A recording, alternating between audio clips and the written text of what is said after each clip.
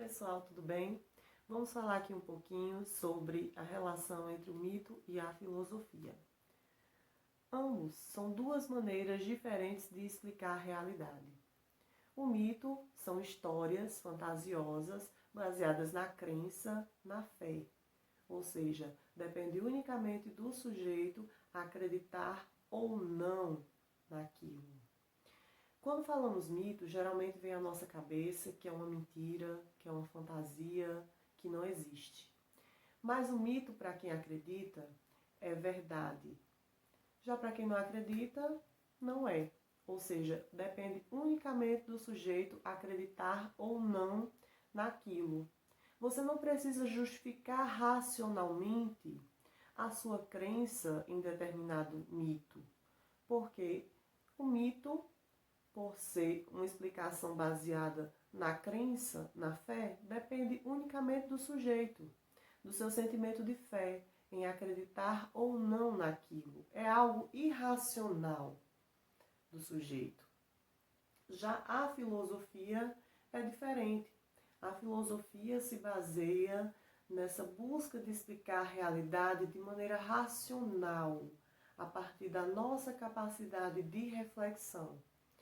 Então, para a filosofia, não basta você dizer que acredita ou não naquilo simplesmente. Você precisa justificar, argumentar sobre aquilo que você está falando. Então, a simples fé em dizer que sim ou que não, que você acredita naquilo, não basta. É necessário uma explicação lógica, racional, para aquele problema que você está tratando. Então, tanto o mito como a filosofia são explicações válidas para a realidade. Nenhuma é melhor do que a outra. Então, cabe a você ou não aderir a determinada explicação, acreditar mais nisso ou naquilo. Então, pessoal, quando falamos em mitos, geralmente vem à nossa cabeça uma série de histórias, né, baseadas na mitologia grega, que nós tivemos contato desde a nossa infância, né, seja nos filmes, histórias em quadrinhos, cinema, etc. Mas os mitos, eles são bastante presentes no nosso dia a dia também. Como, por exemplo, né, algumas histórias que eu tive contato desde a infância, que se configuram como mitos, né? A galega do banheiro, né? Se você deixar a sua sandália virada, sua mãe vai morrer.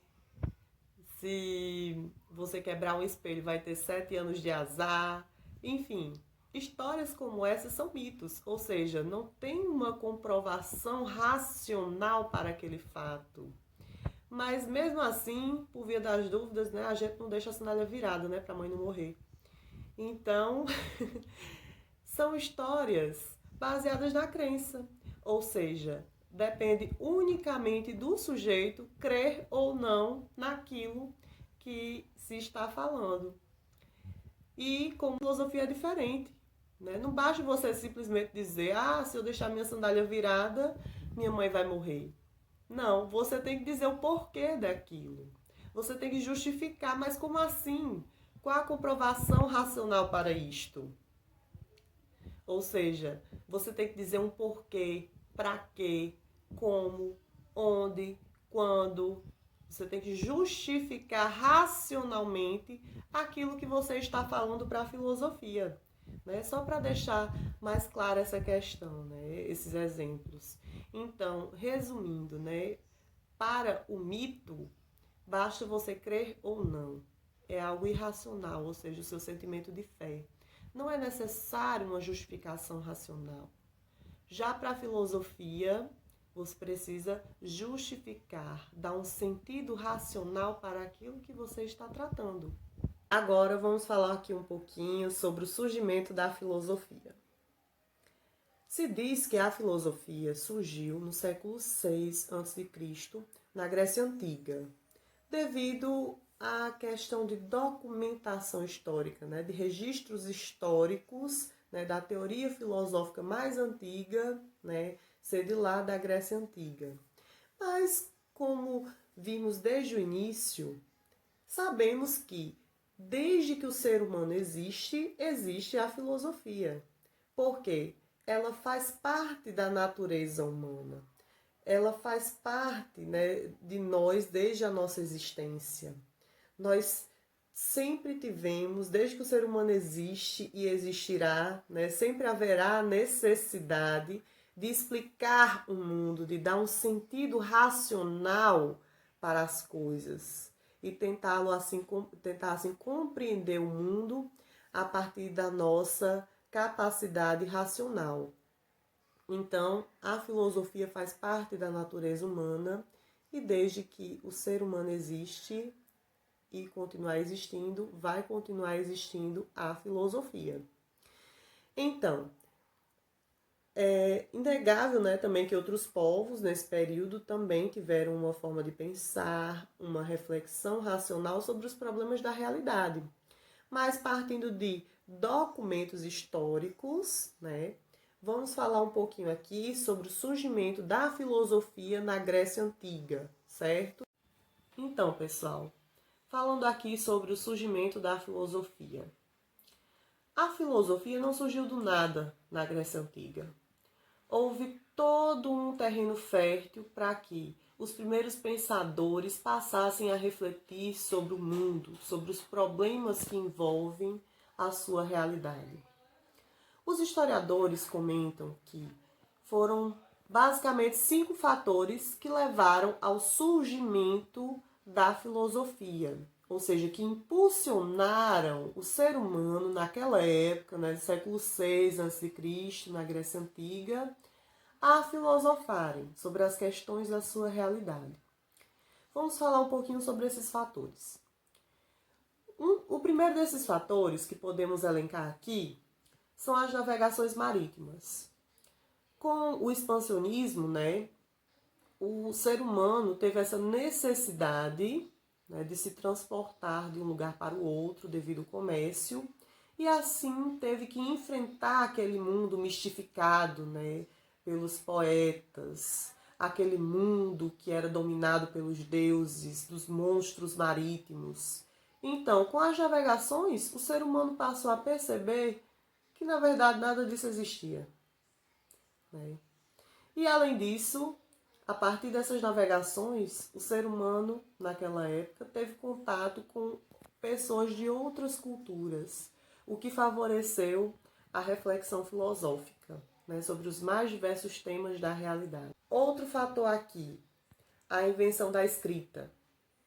Então, com a invenção da escrita, as ideias passaram a ser difundidas e propagadas, né, em praça pública, lá na Grécia Antiga.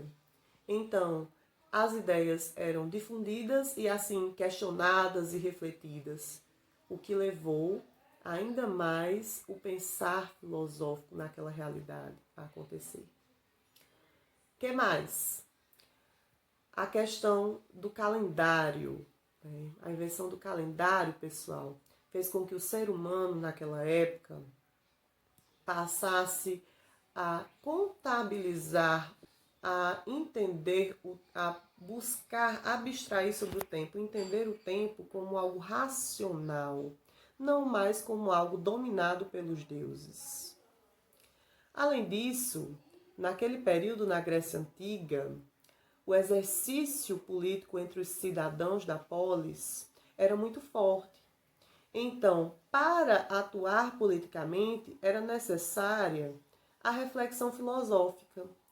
Quando os cidadãos se reuniam na praça, né, a ágora, na Grécia Antiga, eles debatiam sobre os problemas que existiam ali na polis, né, na cidade deles. E então passavam a refletir, questionar, até chegar a uma decisão política ao final de cada reunião daquela. Então, a filosofia era um exercício permanente, intenso, né, na ágora, nas discussões políticas. Além disso, pessoal, surgimento da moeda. O surgimento da moeda, pessoal, levou com que o ser humano passasse a valorizar as coisas E para isso era necessário um juízo de valor, um julgamento racional sobre o valor que tinha cada coisa. Então, isso e todos esses outros fatores que eu comentei aqui levou ainda mais o exercício filosófico na Grécia Antiga. Então, os primeiros pensadores, né, que nós temos teorias filosóficas documentadas, né, eles passaram a refletir sobre os problemas da sua realidade. E o principal problema que mais afligiu o homem na Grécia Antiga e que até hoje aflige é sobre o surgimento do universo. Então, desde o início da filosofia, o ser humano começou a questionar, buscar dar uma explicação racional sobre a origem das coisas. E até hoje não há uma resposta definitiva, né? Existem teorias e mais teorias e não há ainda uma verdade absoluta comprovada sobre essa questão. E então, o primeiro problema filosófico que nós vamos ter aqui, né, na história da filosofia, é o problema cosmológico, ou seja, o estudo sobre o universo. O ser humano buscou dar uma resposta para essa pergunta: qual a origem do universo? E então cada filósofo trouxe a sua explicação. Então, se essa explicação é válida ou não, vai depender de você acreditar mais em uma ou em outra, tá certo? Nós vamos falar aqui sobre o que cada filósofo respondeu sobre essa pergunta, né? Sobre qual a origem das coisas, qual a origem do universo. Então, pessoal, agora vamos falar aqui um pouquinho sobre os primeiros filósofos da história da filosofia. O primeiro problema filosófico que os filósofos se debruçaram a estudar foi sobre a origem do universo. Então, esse primeiro período de reflexão filosófica da história da filosofia é chamado de pré-socrático. Por quê? Porque esses primeiros pensadores antecederam Sócrates, que é considerado um filósofo muito importante para a história da filosofia. Então, por isso que se diz pré-socráticos, né? Porque vieram antes dele, já que Sócrates foi um marco para a história da filosofia. Esse período também é chamado de cosmológico. Por quê? Porque esses filósofos se debruçaram a realizar um estudo sobre a origem do universo. Eles também eram conhecidos como filósofos da natureza. Por quê? Porque eles investigaram na natureza, buscaram observá-la e assim obter uma resposta sobre qual a origem do universo a partir da natureza. Uma resposta racional, uma explicação concreta sobre essa questão. Então, o primeiro filósofo da história da filosofia foi Tales de Mileto. De Mileto por quê? Porque ele veio da cidade de Mileto. Nessa época, não existia essa história de sobrenome, né? Era o seu nome e a cidade que você é natural. Por exemplo, João Vitor de Timon, né? Ou seja, era o seu nome e a cidade da qual você é natural, ok? Então, Tales de Mileto viveu na cidade de Mileto, na Grécia Antiga. Então, ele foi o primeiro pensador a dar uma resposta racional, filosófica, sobre essa questão de qual a origem do universo. Esses primeiros filósofos, pessoal, eles buscaram um arquê, ou seja, um princípio racional para explicar a origem do universo. Então, Tales de Mileto vai dizer que o arquê é a água. O arquê, ou seja, o princípio de tudo é a água. Por quê? Porque, observando na natureza, Tales percebeu que A água é um elemento que está presente em tudo.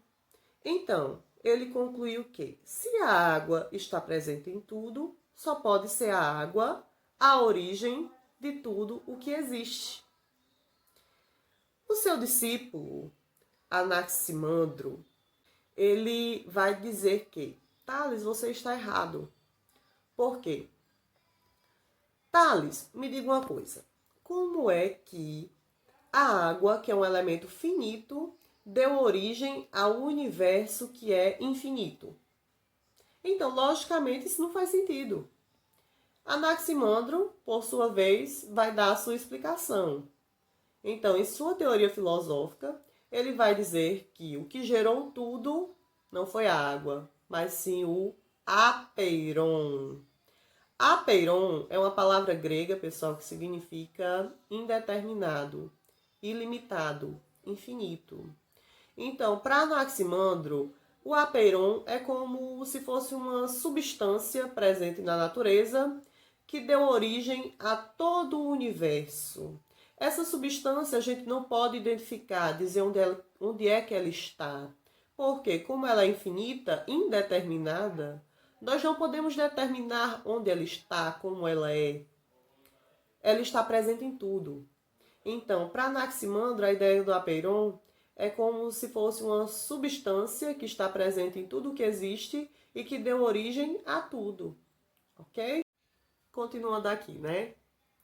Então, o discípulo de Anaximandro, Anaxímenes de Mileto, vai dar uma outra explicação sobre qual a origem do universo. Segundo Anaxímenes, não existe essa história de apeiron, viu, Anaximandro?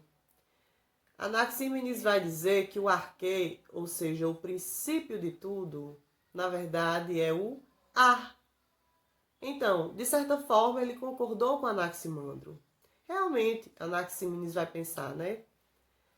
Só pode ter sido uma substância infinita que deu origem ao universo que é infinito, logicamente.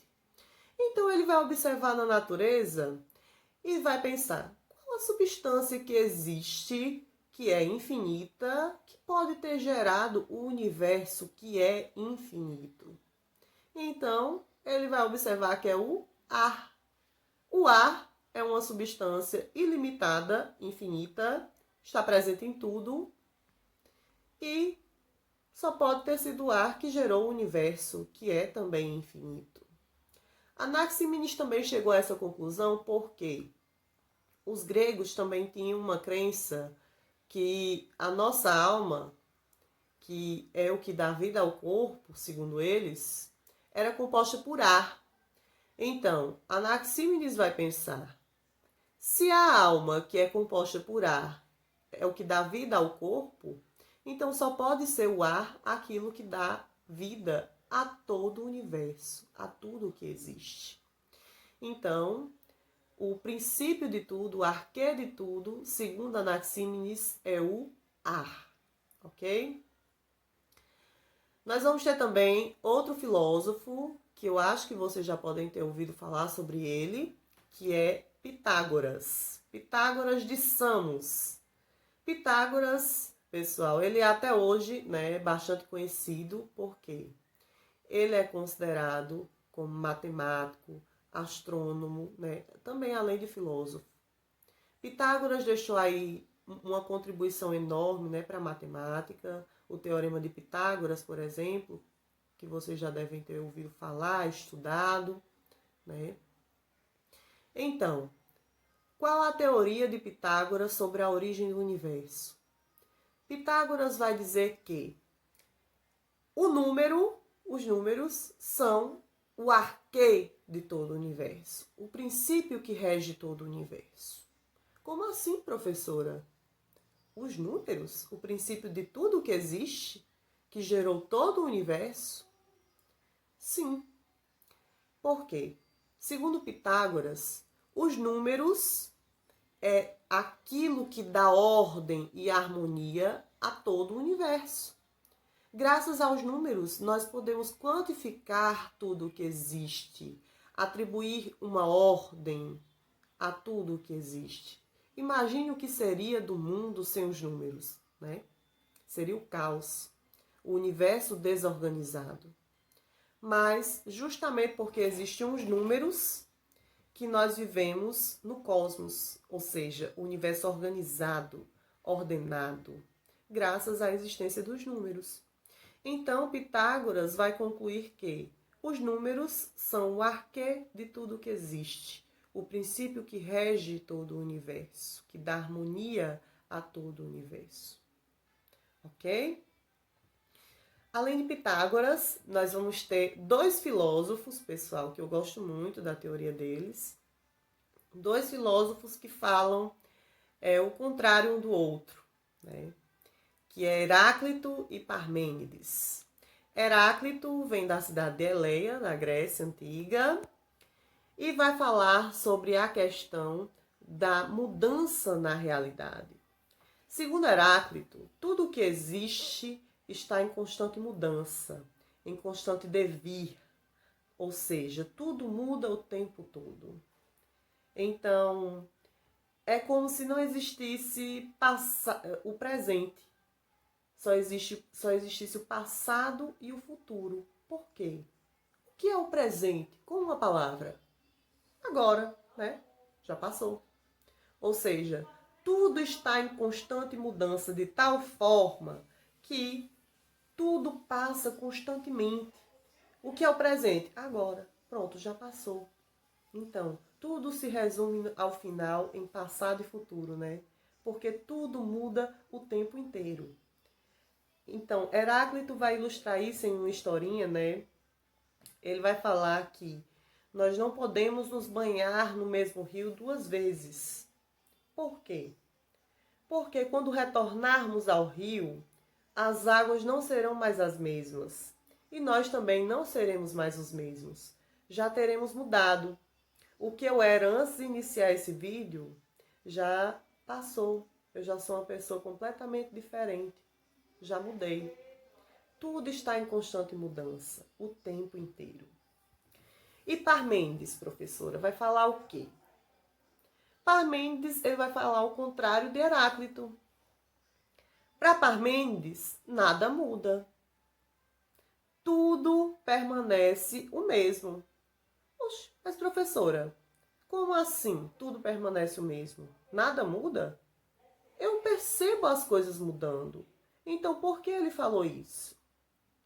Parmênides vai dizer que a gente percebe as coisas mudando, sim, mas é apenas uma ilusão dos nossos sentidos. Quando você está em um carro em movimento, que você olha pela janela, parece até que as coisas que estão do lado de fora é que estão se movimentando, não é isso? Isso se dá porque a sua visão lhe enganou. Quantas vezes a gente escuta uma coisa quando na verdade é outra? Então, os nossos sentidos podem nos enganar. E a mudança que nós percebemos da realidade não existe. É apenas uma ilusão dos nossos sentidos. Apenas um engano, né, provocado pelos nossos sentidos. Então, Parmênides vai dizer que os nossos sentidos nos enganam, na verdade a mudança não existe. As coisas sempre permanecem as mesmas. Não existe mudança na realidade. Por quê, professora? Porque se as coisas mudassem, segundo Parmênides, as coisas perderiam a sua identidade.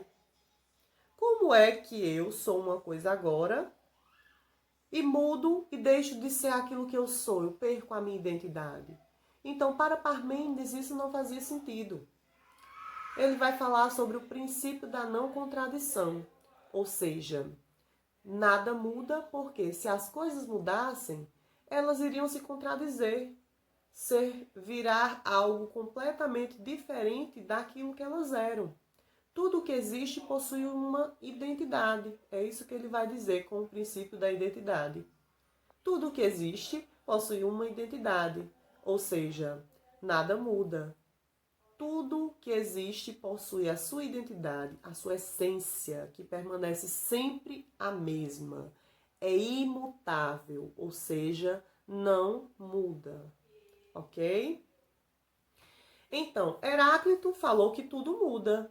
E já Parmênides falou que nada muda, tudo permanece sempre o mesmo. Além desses filósofos que nós vimos até aqui, nós vamos ter Demócrito, né, que falou sobre a existência do átomo. Demócrito vai dizer que tudo que existe deriva do átomo. O que é o átomo? Átomo significa não divisível, ou seja, é a menor parte da matéria, né? Vamos pensar em um bolo, por exemplo. Vamos dividir aqui esse bolo para todos os alunos dessa sala. Então, vamos cortar esse pedaço de bolo até chegar naquela parte que nós não vamos conseguir mais cortar. O menor pedaço desse bolo, o menor pedaço da matéria, que vai ser o quê? O átomo. Então, é isso que eu quis dizer com esse exemplo. O átomo é a menor parte da matéria, é a parte não divisível da matéria. Então, para Demócrito, o átomo é o que compõe tudo o que existe. Para Demócrito, tudo o que existe vem do átomo. Mas, professora, como Demócrito falou que tudo o que existe vem do átomo, ou seja, um agrupamento de átomos, e como é que existe a diferença na realidade? Se tudo o que existe é formado pela mesma coisa. Então é simples, Demócrito vai lhe explicar, né?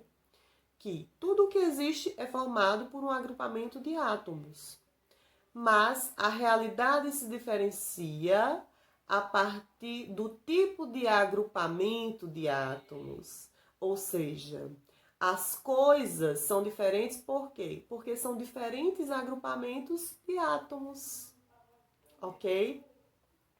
Então, essa teoria de Demócrito, né, terminou sendo comprovada e hoje é uma teoria válida para os nossos dias atuais sobre a questão da composição da matéria.